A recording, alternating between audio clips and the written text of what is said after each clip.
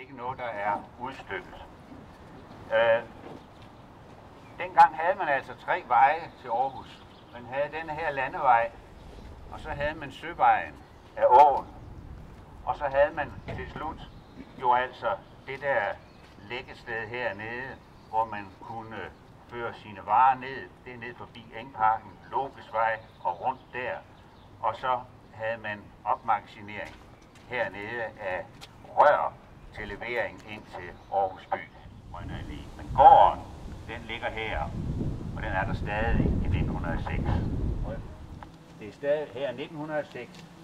Det er jo altså her, vi har dynamikken.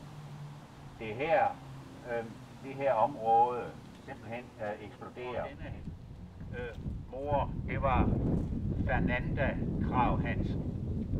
Hun flyttede nemlig ind i huset i 1941.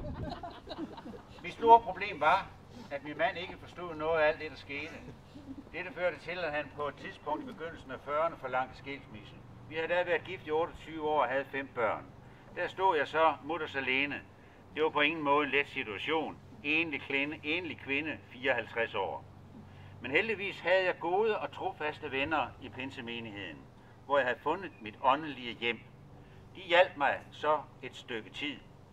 Senere dukkede der så en gammel faldefærdig villa op ude i Åbyhøj, som det blev klart for mig, at Gud ville give mig. Jeg ville imidlertid ikke ud og bo i den ruin. Men hver gang jeg i min bøn til Gud sagde nej, fik jeg 40 graders feber. Det blev ved et stykke tid, indtil jeg gav efter for det. For jeg fornemmede, at det måtte være det rigtige. Og derfor flyttede hun ind her i 1941. Der fik hun den villa, som hun her siger stadig bor i.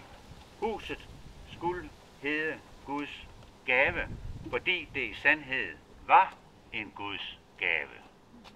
Og over døren, indgangsdøren her til venstre, der hang det skilt indtil hun døde. Så har der været nogle ejere siden, og vi har efterlyst det nogle skilt nogle gange, men nu har vi det.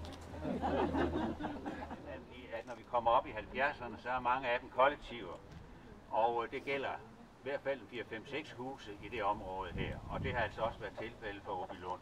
Det er